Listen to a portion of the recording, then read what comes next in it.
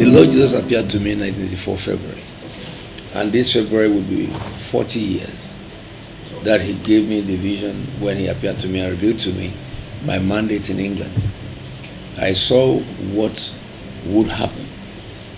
But before that time, I was a land surveyor and a mapping scientist.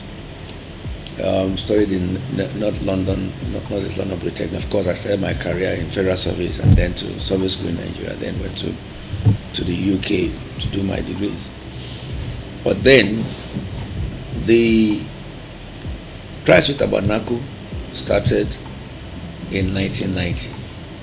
So that's about, March 6 years. March 4th. Yeah, that's right, about 6 years. So, but between that time, after Jesus appeared to me, that I went back to England. I was in England before. I had a vision. I was praying to know which church should I go. I haven't received the call, but then I had an open vision. I saw a church building, and it's written on it, Olivet Deptford Baptist Church, and that's in Ocklow Road, in Deptford. And the Lord said, "That's where you worship me today."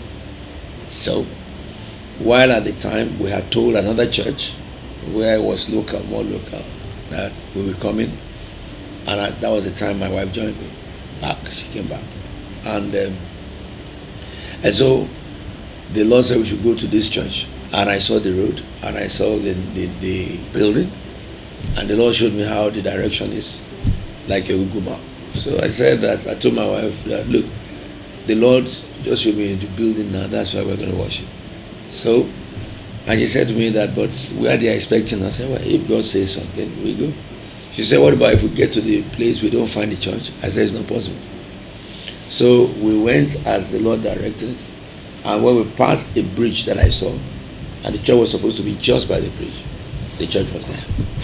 So we entered the church, and to cut the long story short of that, it was a Baptist church, all white congregation, no black person. So, and conventional Baptist church, coming from Christ Apostolic Church background, where in our church we had over 1,000 people at that time, and we pray loud, we sing loud. I came into a church where it's only the voice of the pastor, who is a Scottish man, that you can hear. So I said to the Lord that, this is too cold for me, I can't stay here. And the Lord said to me, he that is whole needs no physician, but he that is sick. And he said, as I've called you, if you will accept the call, you will stay here. And he said, you will count your blessings, and you will name them one by one. The Lord is so ingenious in the way he speaks, sometimes.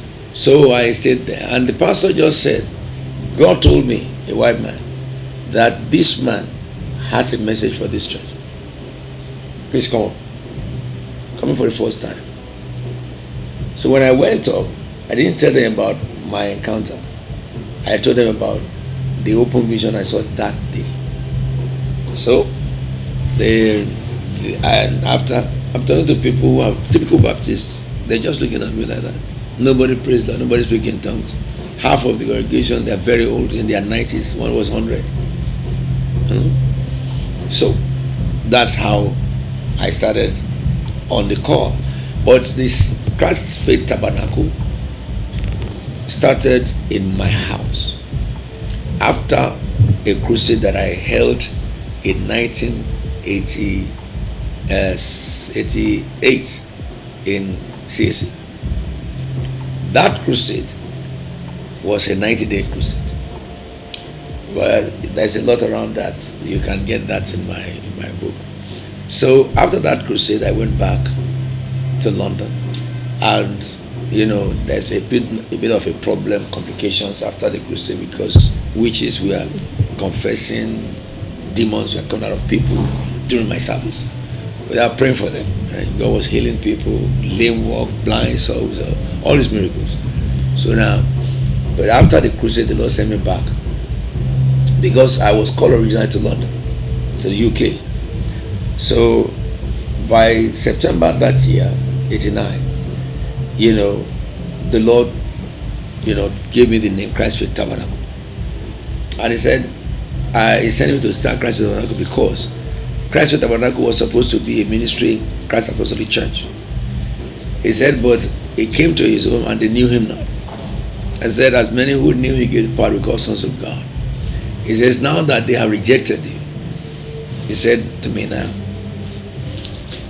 I should go and start the work. And now give me the name.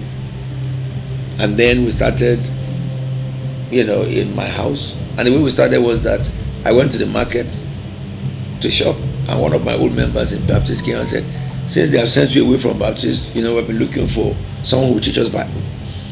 I said, I'm happy you are back. And I said, yeah, I'm back. It's okay.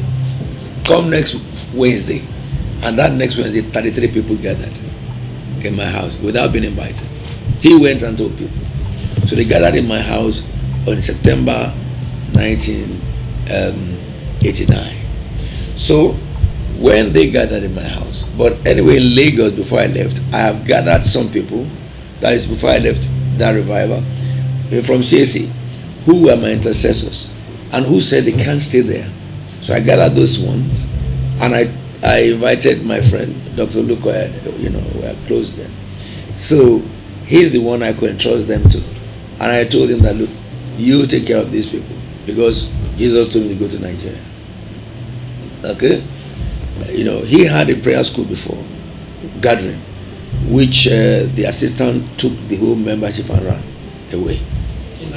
In Nigeria here. That's in 1987. But then, so because I visited him in those days too, when I was doing crusade in 88 and stuff, I invited him. I invited John Sauni as well, Archbishop John Sauni. He's my friend. So they came and prayed. It was an evangelist. Archbishop now Sauni was an evangelist. He's married to one of my junior sisters. So, I invited him also. But when I was going, I took those team and went to Olukoya. God told me to get Olukoya to take care of them, pastor them. And I told Pastor Olukoya that, look, these people, the Lord told me that you should pastor them. Jesus told me to go to England, and you are aware. I said, yes. He prayed, and he came and said, yeah, God told me to take it. Okay. So, and he continued with them, and I continued with the group in London. So every week, multiply. And then we had to go and rent a hall. And we rented a hall, and we were holding Wednesday meeting until the last Wednesday of February 1990. And we were in the meeting, and after finishing that meeting, I had an open vision right there.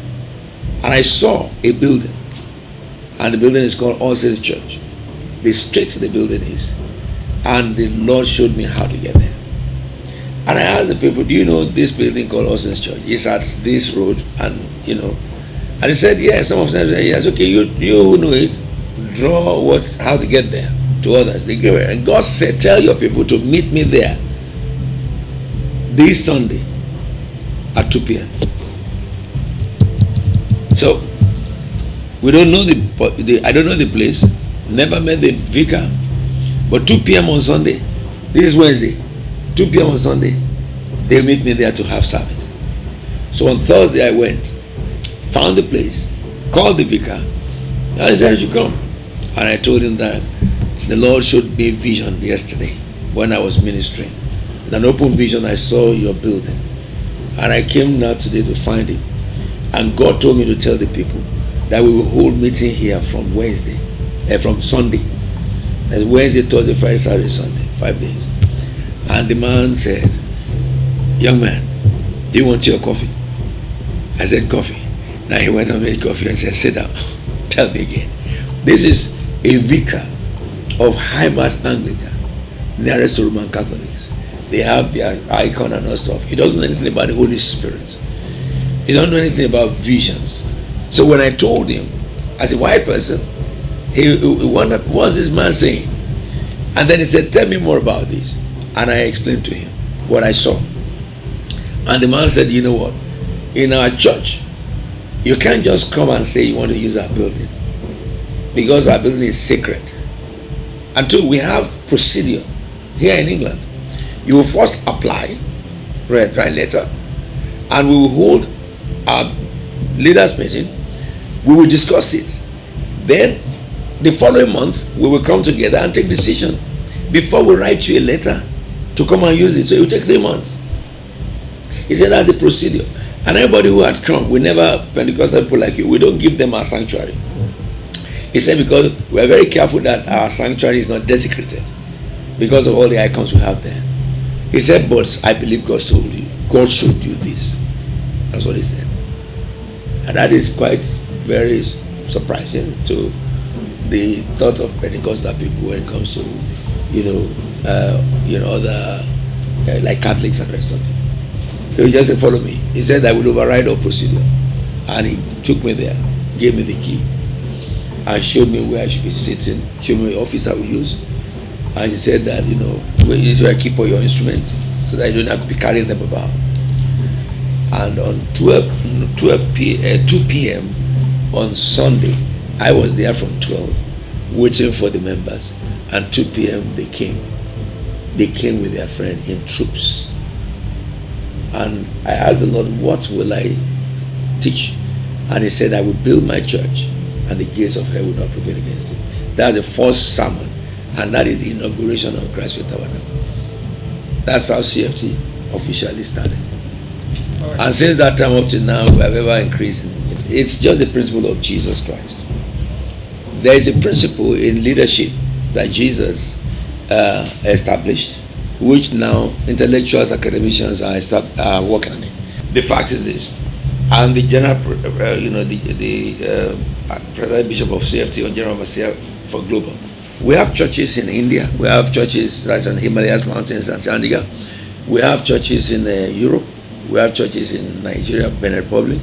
And I do crusade in various countries, which involve so many churches, stadium jams. Some of them, the president of those nations are involved in my crusades. Now, but at the same time, I went to study law. I studied false broadcasting when Jesus revealed to me in 2000 that the world will persecute the church with law and media. So I went to study media, finished my media degree, set up our own outfit in London, and then recently the Lord told me to go and study law. That what He's sending me has not started yet. It hasn't started yet. All what you are seeing is still child's playing. Because what God sent me, nations came to their knees before Jesus. And I believe very much that Nigeria is part of it. My offshoot is in England, but it will spread all over the world. And then I went to study law. I have my LLB, I have my LLM, and then I also went to study arbitration. I'm a chartered arbitrator, and recently I just finished my chartered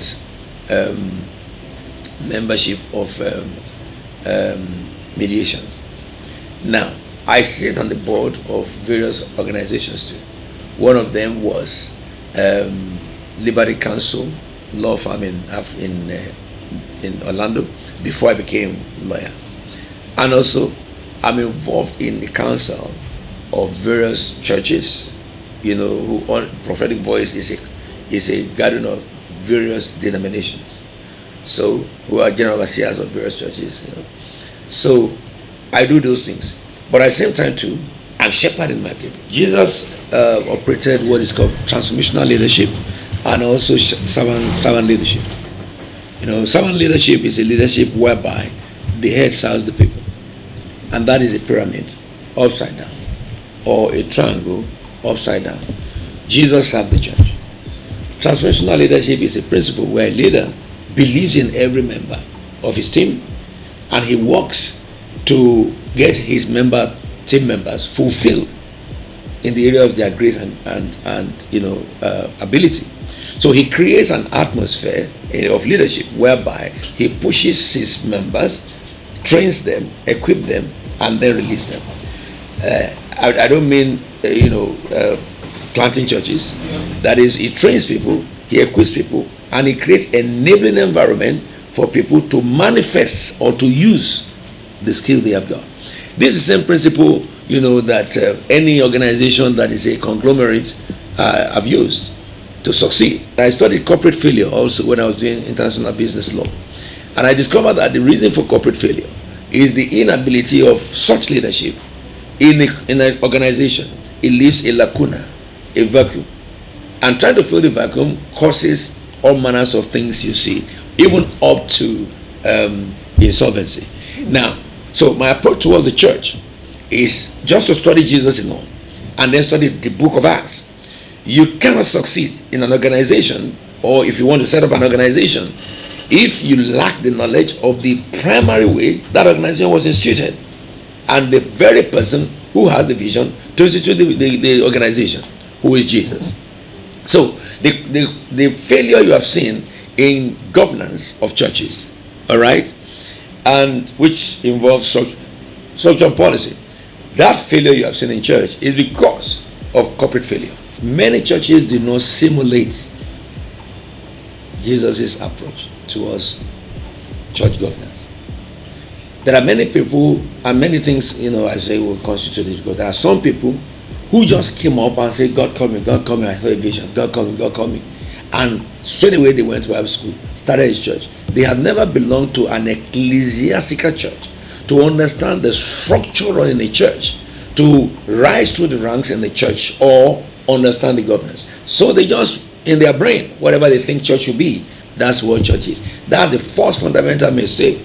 Also, you have this mistake of, some big churches just want to proliferate all over the whole place. Pick somebody up who is not called, doesn't have the spiritual calling, and appoint them as pastors, and then send them out, a home group, become a pastor. And you have several pastors all over the world. Nigeria is one of the front lines of it, where people who are pastoring do not understand that a person cannot pastor unless he's called by God. If God did not call you and man appoints you, God will not give you grace. And part of the grace of shepherding includes knowledge of how to manage the sheep.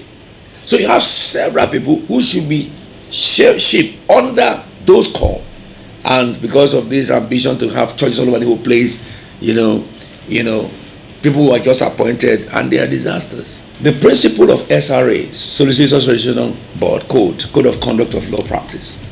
The first one says a lawyer must act in the way that upholds the constitutional principle of the rule of law. But do you know that's what Jesus said to ministers? An elder should be a man without fault. Similarly, he also talks about the fact that you uphold the principle of law and the proper administration of justice.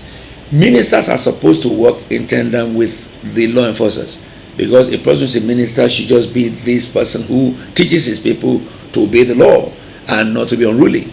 Second thing in the principle, the accept principle, is that a lawyer should operate in a way that upholds public trust and confidence. But if you look at the behaviors of ministers globally now, even sometimes people refuse to be Christian because of the behavior of ministers. But this is what is expected of a learned fellow. You must uphold the public trust and also confidence. And of course, you should act in professional standard according to professional ethics, which Jesus taught us. Then a lawyer should be independent. You don't counsel people with sympathy. You can empathize with them, but you don't sympathize with anybody, so that you can be unbiased in your judgment. The lawyer should be honest. Then number 5, a lawyer should act with integrity. Number 6, a lawyer should act in a way that encourages equality, diversity, and inclusion. So a shepherd in London, when you are a shepherd for the people in the area. All my pastors are trained to recognize a shepherd deals holistically with human issues. Human is spiritual. We're a spirit, we live in the body, we have a soul. Human is spiritual, but they live in real world. So we set up various operations to equip our children from school so that we can educate them, so that in their class they are top. Follow them and monitor them or mentor them from primary school to secondary school to university and get them out. So we have great network of mentorship by those who already made it. If anybody says, I want to become anything in CFT, we just look for those who are in it and we send that child there, and they will mentor the child. We have issues that take care of the benevolence. Like some people in the church, they don't have money to pay their fees, and there are some guys in the church who already are successful guys. They will just live and they pay their fee. They help them practically. And so we have the spiritual development also. I will tell you this: the Bible says, if the foundation will be corrupted, what will the righteous do? Somebody who is not in line with biblical ethics, can he lead others to biblical ethics? Somebody who doesn't have fear of God by the way they conduct themselves. I mean, you can imagine ministers having bodyguards from the flock. Can you imagine a Jesus who came to the earth and blocked himself with bodyguards against the church? There is a lot of things that is happening in Nigeria, which I think that Nigeria copied some in America. It is a cancer in Nigerian churches and also in America. But you know something? The unfortunate thing is this: not everyone who calls me Lord, Lord, Jesus says, will enter the kingdom of God. Nigeria will never see solution until the church of God in Nigeria are revived, turned to the Lord. Do you understand me? Let me read the scripture to you. Jesus said,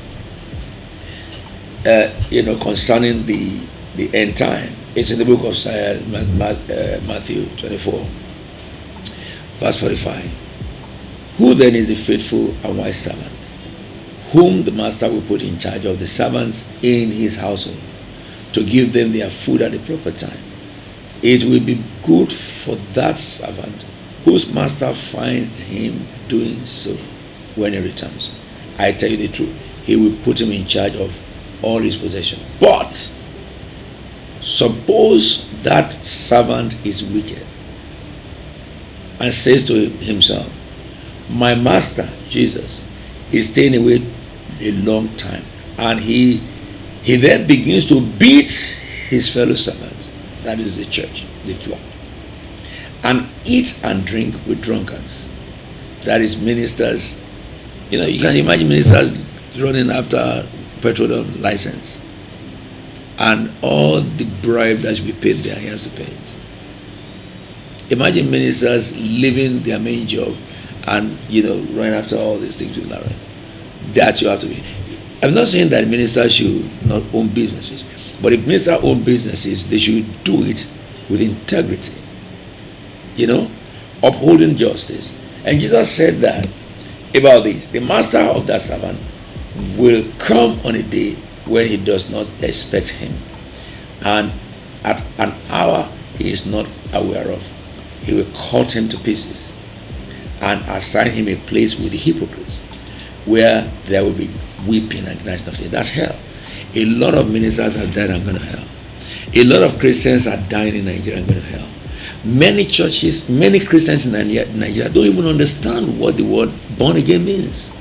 They just go to church. Who will teach them? They don't understand that if you say you are a Christian, you have to become like Jesus Christ in everything. That is the word Christian. Christian is not just going to church.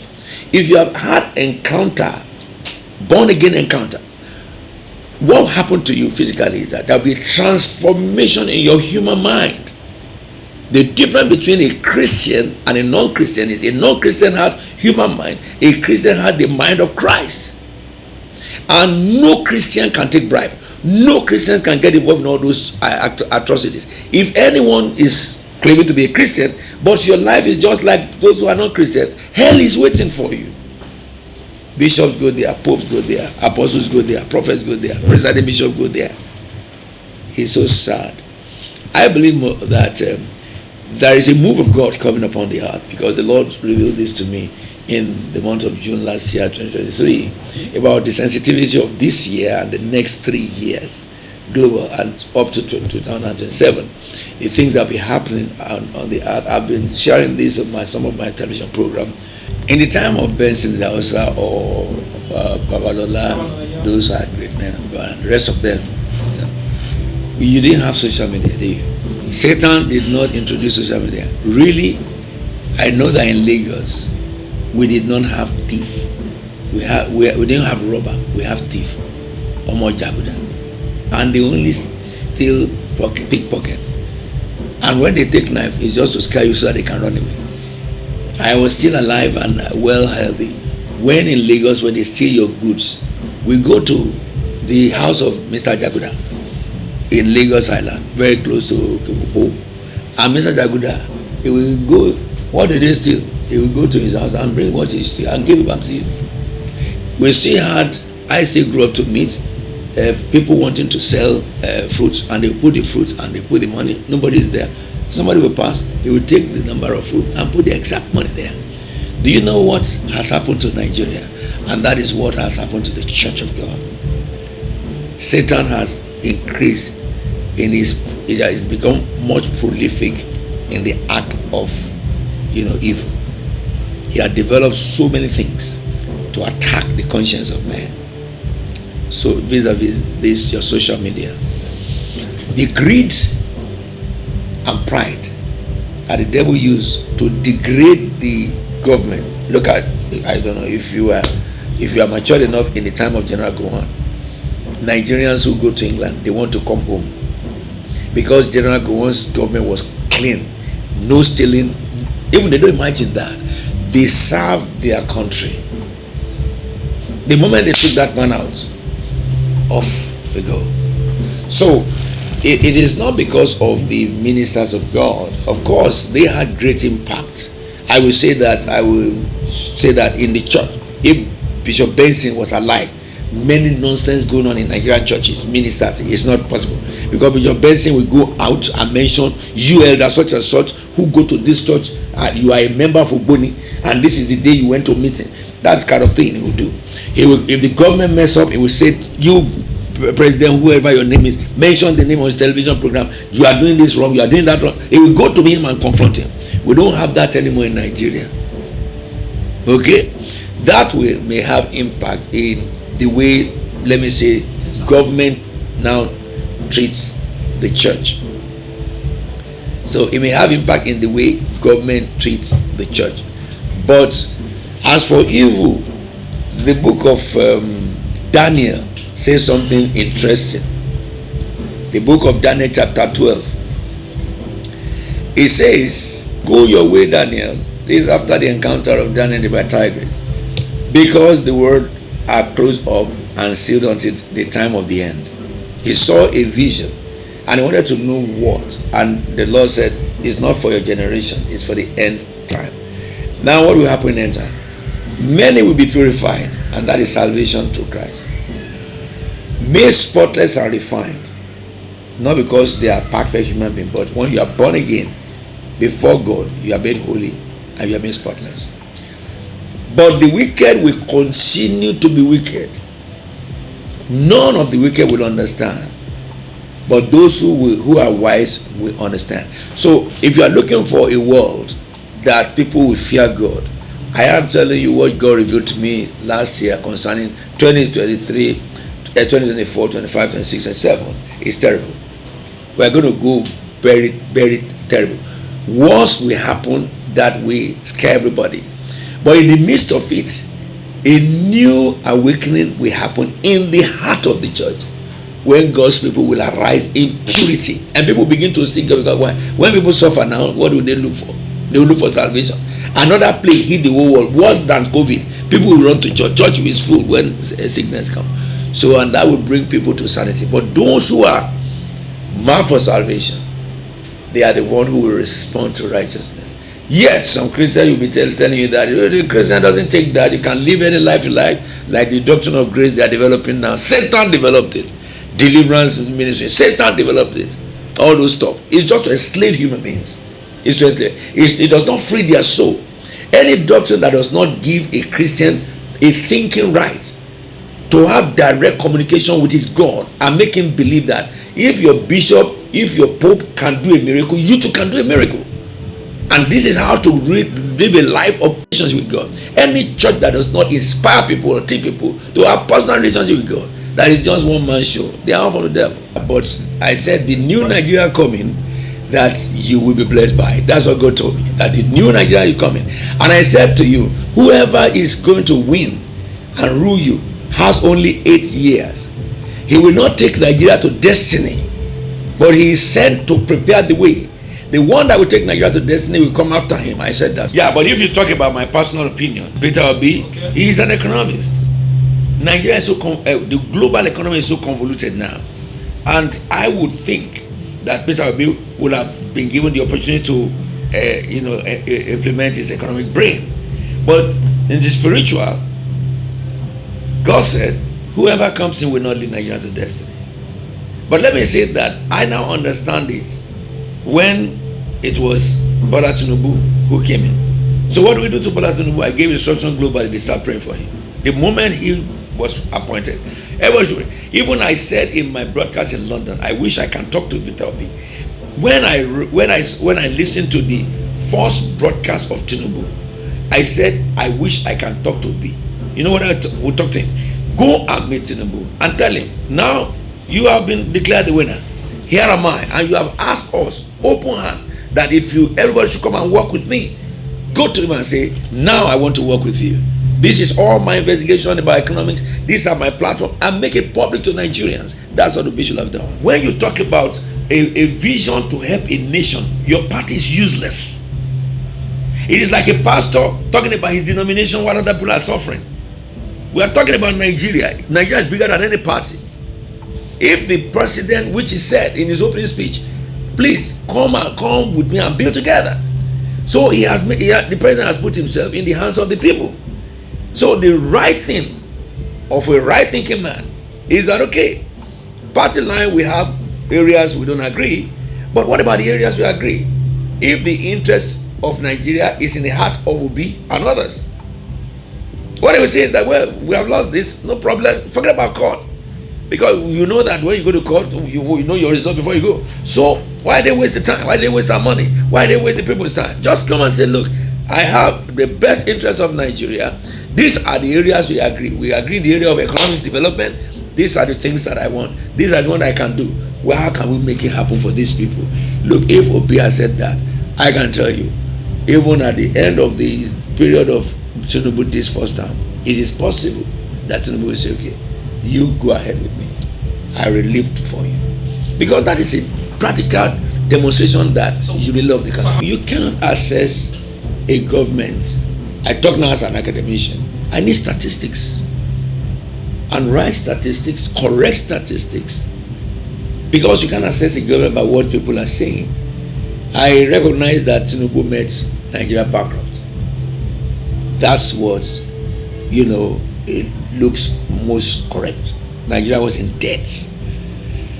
And a country is bankrupt when it cannot service its debt. Nigeria could not service its debt. I understand that we have a lot of reformation in our fiscal program. And that's the reason why Naira is now becoming almost useless. Okay. Those measures are taken just to remedy the debts. So, Bola Tinubu met a country that is bankrupt. He needs to tell the whole country and tell them how much Nigeria is bankrupt of. And I'll let the country know. It will take me, after investigating all the areas that there are loopholes and stuff, it will take me 2 years to redeem Nigeria. If Bola Tinubu say things like that, or people around him say things like that, it needs every member of any organization will have various thoughts contrary to truth if they are cut off from the real information. The same thing in church. Pastor is just doing his own thing. You'll be having romance also. So the same thing in the country, in the government of the country. If he has just come and said that, look, this is what we made, but look, guys, we are going to have a bumper ride. His statement on the first, inauguration statement, I have it. I read it again and again. I said, this man has head. He has head. But the implementation, we know there's a lot of problem in Nigeria. Let me tell you about subsidy removal. Okay. I don't know how much, you journalists, what we need to do is, intellectual research. The subsidy removal is said is agreed by everybody. Obi agrees subsidy removal. Anybody say we are, but what Bola Tinubu, the mistake he made? My own view, and of course from my intellectual knowledge, is this: he should not have announced it. It may be pumped off with an anxiety that, okay, we want to help the country. So if he did not announce it because he did not think through, those who are advising him did not think through the impact of the power of the leader of the country when he says something, the leader of the church, when he says something, it will affect everything. He thought when he says that, I think in his mind that, that will give encouragement. But there are people in Nigeria that are waiting to abuse every privilege. So that was important. At the same time, too, the act itself, the thought is right. for Nigeria. If they can block all those who are making wealth from those facilities, the old facilities, then they cannot turn that into profit for Nigerian, Nigerians. Concerning all these things, these are spiritual. But I know that, of course, too, there are physical measures that can be taken that can remedy it. In England, before anybody plots anything, the police in England are so sophisticated that they trap you down. Just last week, they were supposed to stop the stock exchange, those who were demonstrating. How they trap them in their houses, you can't tell. That is effective policing. Nigeria have a lot of problems.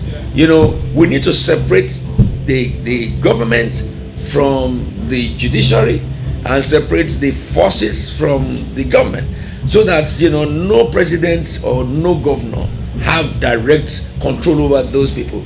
Of course, we need to recognize that those people too need to be taken care of in our structure. When a person who is a messenger in the office is not taken care of, you can't talk about police because of the lack of fund or whatever, misappropriation of fund. There are many things in Nigeria that needs to be attended to, for us to be able to, because we call that problems that like they face Nigeria, we call them convoluted problem.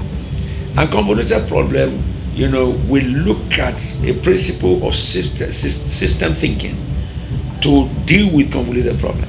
I went to Cambridge to study as high impact leadership, and I came about another way of reasoning I call 21st century leadership. I have solution to Nigeria problem.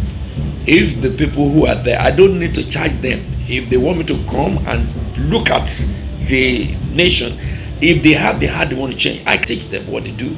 Both ministers and government and president. And of course, I know that it's not only me, there are other Nigerians, some of us who have lived abroad for a long time. God didn't send us abroad because we should just go and buy food in Kingsway. We acquired knowledge of how to run government, how to run local government, and we can bring those things to Nigeria. And we also have children who are abroad in the US and who are hungry to come and help. The issue of security is one deterrent, and the security of Nigeria can be solved within a month. We have look, the head of police in Canada is a Yoruba man. He came to Nigeria. We are aware of him. I lead the Nigeria praise for UK and Europe. He came, and we know his frustration. I have one of my sons too who came.